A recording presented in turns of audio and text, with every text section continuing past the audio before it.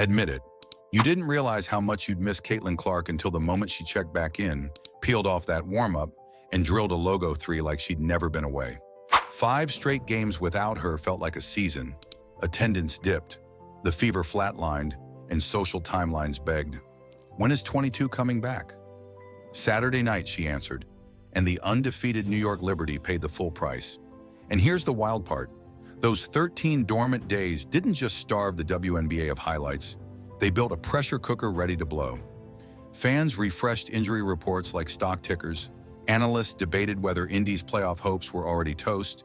And even rival players admitted, off camera of course, that the league just felt quieter without that long-range thunderclap echoing off the hardwood. So when Clark finally stepped onto the court, every set of eyes, from nosebleeds to broadcast trucks, locked on the arc, waiting to see if the kid who turns gyms into stadiums could still bend reality. Spoiler alert, she didn't just bend it, she snapped it in two. In sports time, 13 days can feel like an eternity. While Clark nursed a nagging left quad strain, Indy stumbled to a 4-5 start, searching for scoring and swagger. Ticket demand cooled. National broadcasts kept her name in the banner, but ratings sagged nearly 40% whenever the cameras cut to someone else's jumper. Fan forums spun conspiracy theories. Was the injury worse? Would coach Stephanie White rush her? The longer the silence, the louder the rumors grew. Yet behind closed doors, Clark logged pre-dawn rehab sessions, texting teammates words they sorely needed. When I'm back, we run. Hard.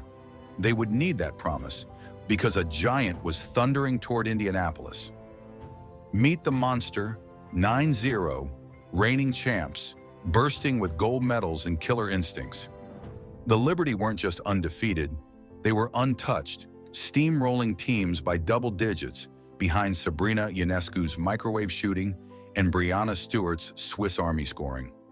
Worse for Indiana, the last time they met, a swallowed whistle on Clark's final drive left a bruise that still ached on the scoreboard. Liberty fans called it tough defense. Fever fans called it daylight robbery. Either way, it set the stage for revenge.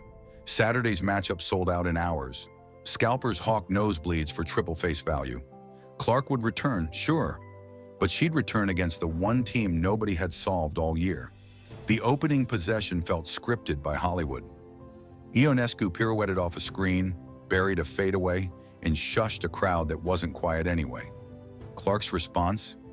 A no-look bounce pass threaded through 2 teal jerseys, right into Kelsey Mitchell's stride for Indy's first bucket. Still, rust showed. Loose dribble here, misread there. Liberty role player Kennedy Burke bowled her way to an and one, flexing for the cameras. Breanna Stewart unfurled a baseline jumper so smooth it looked edited. For a heartbeat, this felt like the same movie Indy fans had watched on repeat until the 7:13 mark. Shot clock ticking down, Clark jab steps at half court, glances at the rim, and lets it fly from 28 feet. Network 15, seconds later, inbound steal. Same spot, same result. Network before fans could resettle, she caught a handoff, dribbled once, flicked from the eye in the Gamebridge logo. Network 29.4 seconds, 9 points, decibel meter cracked 111, Twitter melted into exclamation points. ESPN pushed a breaking chyron for a regular season possession. Even Stewart turned, eyebrows raised, the universal language for, "Did that just happen?" Clark roared, chest bump from Lexi Hull almost knocking her to the scorer's table. Order restored? Not quite, because champions don't fade quietly. Natasha Cloud, defensive bulldog, answered with a swipe and spin move lay-in worthy of a mixtape. Stewart glided into a mid-range pull-up that belonged in an art gallery. Yet Indiana found counters, Mitchell slicing through gaps, Boston sealing low and kicking out, Hull snatching corner threes like she had a magnet on the rim. Every Liberty surge met a fever rebuttal, rhythm ping-ponging so fast the scoreboard operator's fingers burned. Still, New York edged ahead, leading by 6 once halftime lights flickered, until Indiana unleashed an avalanche. Third quarter, 6:04 to 4:11. Clark stonewalls Stewart at the arc, snares the rebound, outlets to herself mid-stride, stops on a dime, Step back triple over the two-time MVP. Tick, tick, boom. Hall bangs home another corner three. Boston fakes a dribble handoff. Rumbles coast to coast for her first bucket. Clark picks Stewart's pocket at half court. Lofts a one-hand quarterback toss to Boston for a lay-in. By the time Liberty coach Sandy Brondello called timeout, a 19-0 haymaker had flipped a 6-point deficit into an 11-point fever lead. Gainbridge Fieldhouse swayed. Security staff literally asked fans to stop pounding the glass barriers. No one listened. Fourth quarter grind. Stewart hunted mismatches, living at the stripe. Ionescu danced off curls, floating runners over outstretched arms. Yet Indiana's composure held. Boston bullied Sabali on the low block for an and one. Mitchell ripped a snatchback three in Stewart's face, daggering the scoreboard at 95-83 with 1:47 left.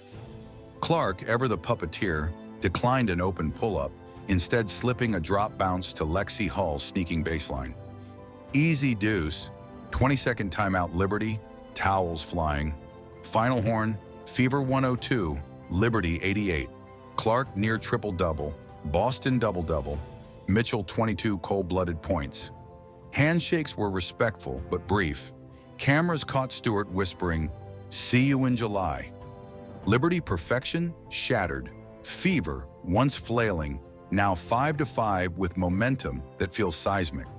Sportsbook slashed Clark's MVP odds from plus 2,200 to plus 850 overnight.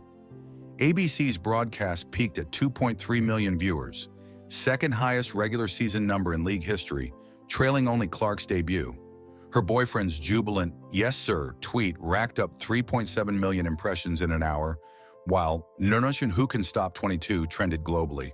Skeptics pointed to a friendly whistle, others griped about physical defense crossing lines, Griner's rumored fines debunked but still buzzing. Whatever side you're on, one truth emerged. With Clark healthy, the W is a different universe, and that universe is already shifting its orbit. Ticket exchange sites crashed for Indy's next 3 home dates. Resale prices for July's Fever Aces showdown in Vegas doubled in 24 hours. Nike's social team greenlit a mid-season, unfinished logo ad spot, dropping the morning after the game and pulling 8 million views on TikTok before lunch.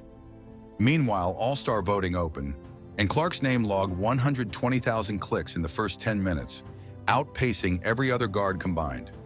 Even rival coaches privately admitted to league insiders that scouting reports now begin with a single sentence: deny logo touches at all costs. The season's narrative, once open-ended, suddenly feels laser-focused on one incandescent storyline, whether anyone can rewrite it before autumn's finals tip. So here's the question. Was Saturday the night the 2025 season pivoted for good? Did one quad-strain hiatus merely set the stage for a plot twist worthy of streaming drama? Drop your take below. Are the Fever legit contenders now, or did they just catch the champs napping?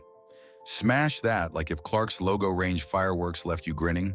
Subscribe for more real human deep dives and keep those notifications on. We're only in chapter 10 of this story, and the best plot lines always save their wildest turns for last. Because remember, nothing in sports stays frozen. The Liberty reload, the Aces lurk, and the Fever still have rookie hiccups to iron out. But nights like this, that electric fusion of hype and execution, can yank a league onto a new trajectory.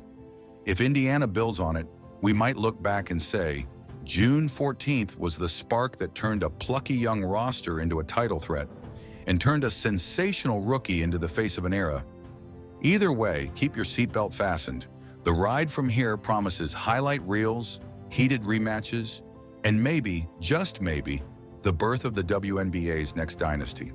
Until then, see you beyond the arc.